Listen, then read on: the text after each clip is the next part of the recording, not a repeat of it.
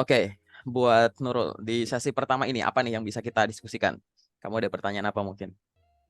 Itu Pak, kalau semisal kita apply, Mhm. dengar nggak Pak? Ya, Semisal kita apply, semisal di admin gitu ya Pak, terus mhm. pengalaman kita tuh dulu-dulu tuh nggak semuanya tentang admin, jadi kayak menyimpang gitu. Yang ditulis di CV itu harus yang relevan atau enggak? Oke. Jadi gini, menulis pengalaman yang relevan itu tidak harus relevan itu sama judulnya doang. Contoh, aku pengen ngelamar kerja sebagai staf admin.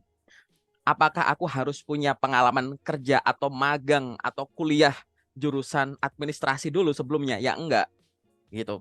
Jadi relevansi itu tidak hanya dilihat dari judul, tapi dilihat dari aktivitas admin. Jadi aktivitas, ingat ya, bukan dari judulnya, tapi aktivitasnya. Contoh, misalkan aku kuliah jurusan akuntansi, kayak gitu. Aku ngelamar jadi staf admin, kayak gitu. Kalau kamu ngelihat judul doang, akuntansi, keuangan, mesti orang bayangnya gitu. Sama admin, ini kan nggak relate. Tapi di dalam perkuliahan accountingmu itu, isinya kan apa? Pembuatan laporan, penginputan data, pengolahan data, penyajian data. Bukankah itu kegiatan administratif gitu? Oke? Atau misalkan kamu ngelamar kerja sebagai staf admin, pengalamanmu sebelumnya apa misalkan? Jadi sales dan marketing, jadi sales jualan sesuatu gitu. Kalau dilihat sales admin nggak ada hubungannya. Tapi bukankah nanti pada saat kamu jadi sales itu misalkan kamu merapikan data calon-calon customermu, kemudian kontak-kontaknya, bikin janji temu, bikin proposal dan lain-lain, ngecekin stok dan lain-lain. Pokoknya itu kan sebenarnya administrasi semua gitu. Jadi intinya apa? Boleh nggak? Ya boleh. Memang benar ya, ingat ya, setiap lowongan kerja harus di follow up dengan menunjukkan bahwa saya tuh punya pengalaman yang relate. Tapi ulang lagi, relate ini tidak hanya lihat dari judulnya. Itulah kenapa pada saat kita menuliskan pengalaman kita di CV, misal kita punya pengalaman entah kerja, magang, atau project, atau organisasi kepanitiaan kayak gitu ya. Khususnya pengalaman kerja, magang, sama project, itu dijabarkan. Jangan hanya sekedar PT sini, kapan sampai kapan, sebagai apa, misal magang, magang admin, udah gitu aja. Ya jangan. Di dalamnya tuh ada penjelasan tanggung jawab yang isinya tuh adalah tanggung jawab yang sudah pernah diembankan ke kamu dan prestasi selama kamu kerja di sana. Dengan begitu kita sebagai pembaca CV, misalkan loh, ini orang kok pengalamannya beda. Oh, ternyata di penjelasannya dia di dalamnya ada kegiatan administrasi. Ini berlaku juga kalau misalkan kamu ngelamar kerja di luar jurusanmu ya. Kayak gitu. Misalkan backgroundmu accounting lagi, terus kamu pengen ngelamar kerja sebagai uh, digital marketer gitu. Gitu. Nah, ini apa hubungannya? Ternyata sebelumnya selama kamu kuliah, habis lulus kuliah, kamu ambil bootcamp gitu. Bootcamp 6 bulan sebagai seorang digital marketing staff kayak gitu. Nah, begitu kita terima, oh ini jurusannya accounting, nggak relevan nih sama yang kita butuhkan. Oh, tapi ternyata ada pendidikan non formal di mana dia ikut bootcamp. Oh, berarti ini orang mau menggunakan kemampuan digital marketingnya yang berasal dari situ, bukan dari pendidikan utama. Kayak gitu logikanya. Paham ya? Di sini ya. Iya Oke, paham. mungkin ada pertanyaan lanjutan boleh. Kita diskusi aja. Eh, itu dulu sih Pak, nanti ngalir Berdasarkan, aja oke. kalau udah ada pertanyaan Pak. Oke, kalau gitu aku yang nanya ya gitu. Karena ini sebenarnya pertanyaan pembuka dulu dari kamu ya. Aku Ya. pengen tahu dulu. Sejauh ini sumber lokermu tuh dari mana aja? Selain dari grup WA aku gitu. Dari dari Instagramnya, terus Instagram, website resminya, website resminya. Instagramnya Instagram resmi ya. ya, ya sama yang Oke, Instagram resmi sama yang itu Instagram apa loker-loker gitu loker. loh Pak. Oke, terus tadi Ya, kamu ngomong website. ya, Terus dari mana lagi? Sejauh ini udah kamu itu nyari aja. lokernya? Itu aja. Itu sama grup grup tele ada juga. Grup tele. Terus dari mana lagi? Ya, udah Atau itu sih udah? Pak. Ya, aku kasih Ya, saran ya. Gitu. yang kamu pilih ini menurutku bagus-bagus. Misalkan kayak website perusahaan, jelas. Kelemahannya website Ya. perusahaan adalah satu perusahaan satu website. Jadi kamu ngecek satu, cuma dapat beberapa info, itu pun kalau ada. Kelemahannya di situ. Ya. Yang kedua, Instagram. Official Instagramnya perusahaan. Itu juga bagus, resmi. Kelemahannya, aku ngomongin kelemahan-kelemahannya dulu. Kelemahannya adalah pada saat kita cuma ngunjungin IG satu perusahaan, lebih banyak distraksinya. Jadi akhirnya kita misalkan stalking following kita atau akun atau apapun itu, gampang ke distraknya. Nomor tiga, Instagram locker. Instagram locker itu menurutku di situ banyak locker-locker yang bagus. Tapi aku pribadi udah pernah menemukan ada locker asli, ada locker palsu di tengah-tengah locker asli. Kamu harus Iya. filter. Itu yang nomor tiga. Yang nomor empat, grup Telegram. Itu juga bagus. Kelemahannya adalah Telegram itu bukan sumber utama locker. Jadi locker dirilis oleh perusahaan lewat beberapa cara. Aku sebut sebagai circle pertamanya. Lewat website resmi, sosial media resmi, lewat job fair misalkan, kayak gitu. Atau lewat job portal resminya mereka, atau lewat sosmed-sosmednya HRD misalkan, kayak gitu. Itu circle pertama. Nah, kayak grup WA aku, grup Telegram, grup apapun itu yang termasuk ada di Instagram, itu tuh kayak akun reshare atau repost. Oke? Nah, pada Iya, Pak. saat kamu memperoleh sumber dari akun reshare atau repost, kamu harus ngecek ke sumber utamanya. Beneran dari sana nggak? Diubah nggak poster lokernya misalkan, kayak gitu. Kalau di grup WA aku sih udah aku filter, tapi kalau dari yang lain kamu harus cek. Oke? Itu dulu berdasarkan yang kamu jawab. Saranku Ya. selanjutnya, Sama kamu itu nggak sih, Pak. apa? Sama apa? Ya, aplikasi-aplikasi gitu. Nah, aku tungguin dari tadi. Kok kamu nggak nyebut Iya, aplikasi itu? lupa. Ya, Ya, gitu. kayak Kalau aplikasi nggak LinkedIn kesebut, gitu. jangan-jangan kamu jarang nemu lokernya di situ, atau kamu jarang pakai itu. Kok bisa lupa? Biasanya itu yang disebut pertama loh sama orang-orang. Kayak LinkedIn, kita lulus, Jobstreet, Clean, sama apa ya? Nah, itu. Ya, Itu. itu yang aku tunggu Iya. dari tadi sebenarnya. Kenapa kok nggak disebut pertama? Padahal itu sebenarnya, jadi ibaratnya secara nggak langsung kamu nunjukin bahwa kamu mungkin jarang menggunakan itu atau sering menggunakan itu, tapi entah loker yang kamu cari jarang ketemu atau jarang direspon. Akhirnya kamu mengandalkan yang Sering, tadi. Hmm? sering Kenapa? sih, Pak, sering. Sering. Sering apply di situ, ya. Beneran. Oke, kalau Iya. sering nggak apa-apa. LinkedIn. Selanjutnya LinkedIn. Nah, yang kamu tadi sebut tadi, Job Street, kita lulus, Glints gitu-gitu, dibandingkan sama LinkedIn, ini dua hal yang beda ya. Ini job portal yang kamu sebut, satunya LinkedIn itu adalah sosmed. Bedanya adalah ini adalah sosmed yang kebetulan di dalamnya itu ada info locker. Oke. Nah, Ya. ini kebanyakan yang kurang tuh di sini. Aku memang spesialis LinkedIn ya gitu. Aku kalau ngomongin LinkedIn senang ya. Banyak orang menggunakan LinkedIn-nya salah. Jadi begitu punya akun LinkedIn, satu, lupa ngelengkapin isi profilnya, langsung buru-buru nyari kerja. Atau yang kedua, begitu profilnya udah dilengkapi, sibuk apply kerja doang. Lupa kalau namanya sosial media, berarti kamu harus ada aktivitas sosialnya. Aktivitas sosial itu apa? Setiap hari, aku ingetin ya, setiap hari aku sarankan wajib connect ke orang baru, terhubung. Kedua, follow orang baru. Tiga, bikin postingan original. Jadi otentik. Misal kamu tuh lulusan sini, punya pengalaman kerja ini itu, silahkan dari pengalamanmu bikin postingan, bikin konten di LinkedIn.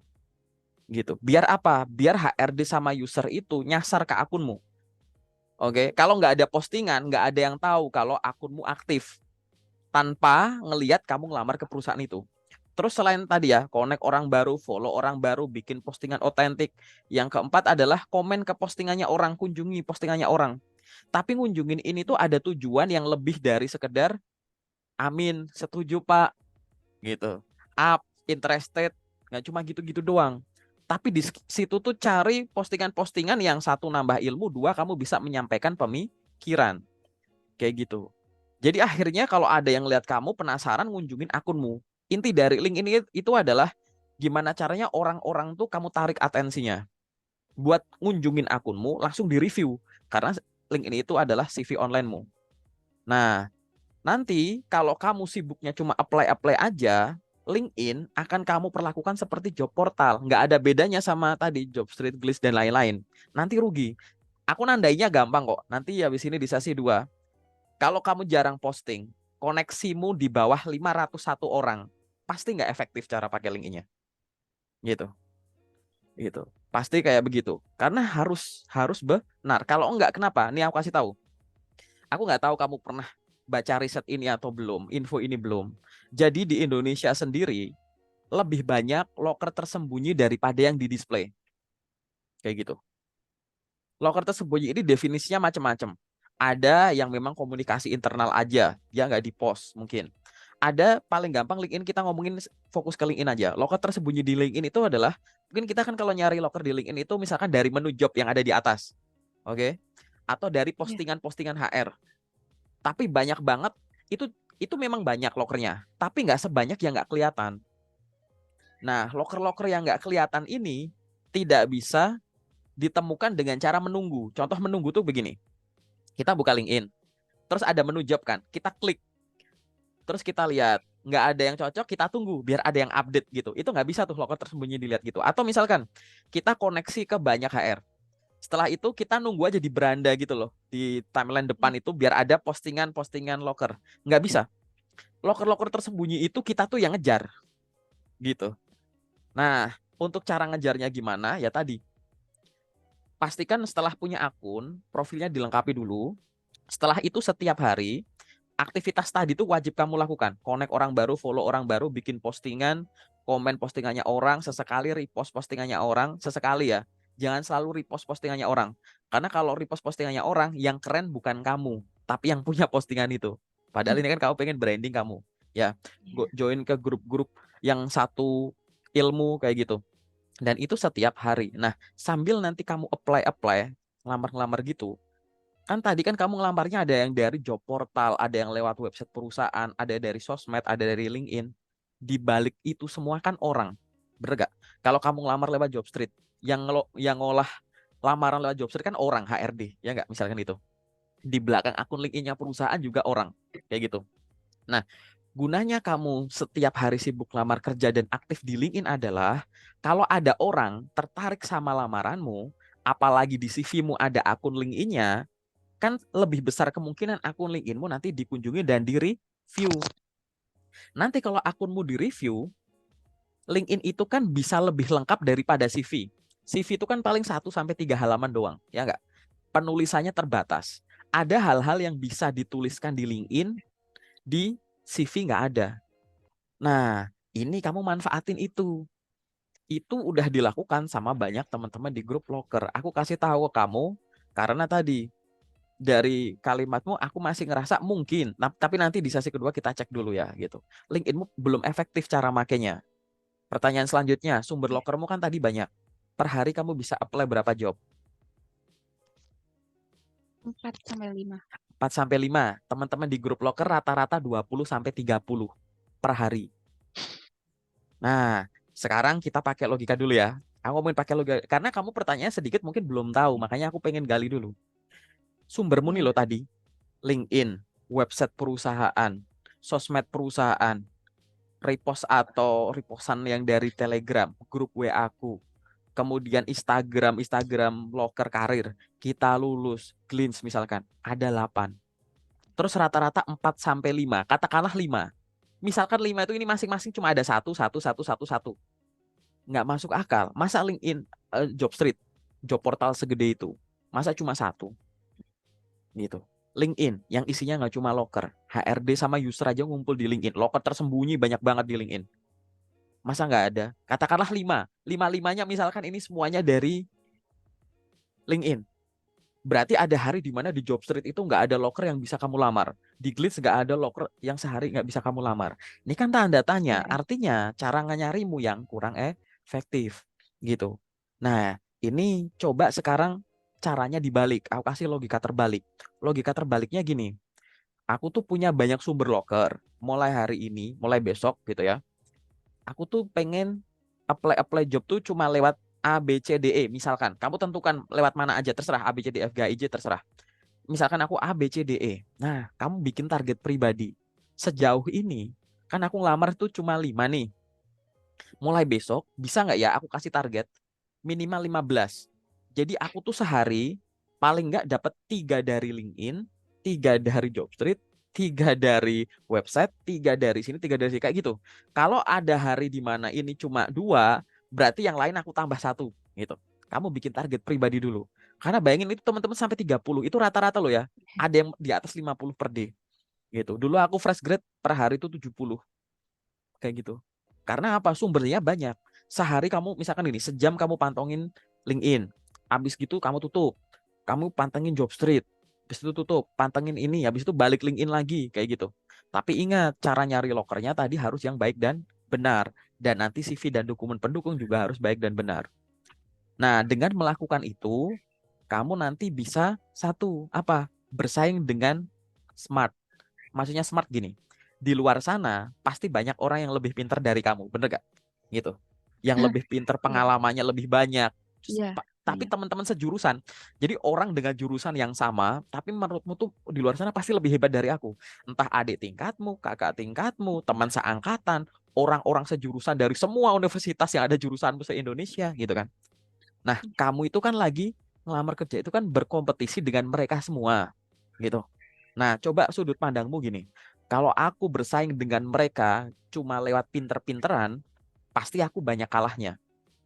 Tapi, coba aku ngalahin mereka pakai cara yang lain.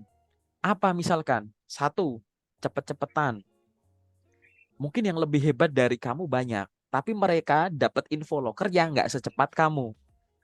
Harapannya dengan cepet-cepetan, lamaranmu itu segera direspon gitu.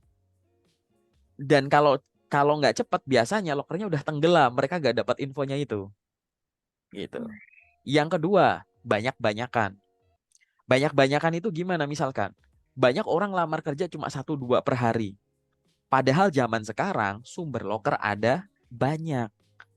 Nah, aku bisa ngalahin orang yang pinter-pinter tadi kenapa? Mungkin yang lebih pinter dari aku banyak. Tapi per hari cuma ngelamar 1 2. Sumbernya cuma dari sini kalau nggak sini. Aku kan ada sini juga, sini juga. Yang mereka nggak pakai gitu loh. Ibarat kata bodohnya tuh di luar sana tuh orang hebat banyak, tapi mungkin mereka nggak tahu apa itu LinkedIn. Mereka nggak ngerti cara pakai LinkedIn gimana. Kayak gitu. Tadi cepet-cepetan, dua banyak-banyakan. Yang ketiga rajin-rajinan.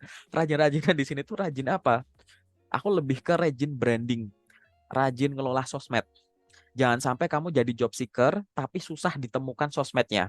Entah itu LinkedIn, entah itu TikTok, entah Instagram, apapun itu. Dan menemukan loker sosmed itu kan biasanya untuk pribadi ya, entertainment, untuk hiburan, untuk pribadi. Nah, kamu mulai berpikir gimana caranya orang ngunjungin sosmedku itu tidak hanya untuk pribadi, tapi nge-review. Misalkan, lewat Instagram sama TikTok, aku pengen nunjukkan aku tuh orang yang humble, friendly, dan lain-lain. Lewat LinkedIn-ku, aku pengen nunjukin aku tuh mampu di bidang ini gitu. Nah, kamu harus rajin tadi. Bikin postingan gini gitu. Dengan alasan orang yang lebih pintar dari kamu banyak. Tapi mereka mungkin punya LinkedIn juga. Tapi mereka jarang pakai LinkedIn dengan benar. Pakai LinkedIn cuma buat nyari loker. Aku bikin postingan branding. Nah, itu adalah jalan-jalan kamu ngalahin orang-orang yang lebih hebat dari kamu. Kenapa kok aku kasih saran ini? Kamu harus sadar ya. Jangan sampai ke depan nanti loker yang bisa kamu lamar cuma sedikit kayak gitu. Kamu harus sadarnya gini. Tiap hari selalu ada loker baru. Loker baru ini rilis lewat banyak jalan. Nah, karena aku nggak tahu loker baru yang cocok buat aku itu keluarnya lewat apa dan kapan, maka aku harus ngeceknya tiap hari lewat jalan di sini, oke? Lalu selanjutnya, kamu sadar bahwa kamu itu bukan pelamar tunggal, oke? Kalau kamu bukan pelamar tunggal, suka nggak suka, kamu akan dibandingkan dengan kandidat lain. Lain. Nah, gimana caranya biar aku kelihatan beda dibandingkan kandidat lain? Aku melakukan sesuatu hal yang berbeda atau mungkin cara yang berbeda yang mungkin tidak dilakukan atau diremehkan oleh kandidat lain atau tidak dilakukan karena kandidat lain ngerasa itu nggak penting. Branding sosmed lah, bikin inilah, apply dengan cara begitu. Ngobrol, koneksi ke HRD. Di link ini tuh nggak apa-apa, wajib malahan aku bilang kalau kamu job seeker. Perbanyak koneksimu tuh HRD. gitu. Gampang banget itu. Nah, nanti untuk belajarnya lebih lanjut, ada 3 playlist yang aku anggap itu wajib kamu tonton ya, biar kamu nanti ilmunya nambah dari channel YouTubeku. Pertama, playlist yang judulnya FAQ seputar karir.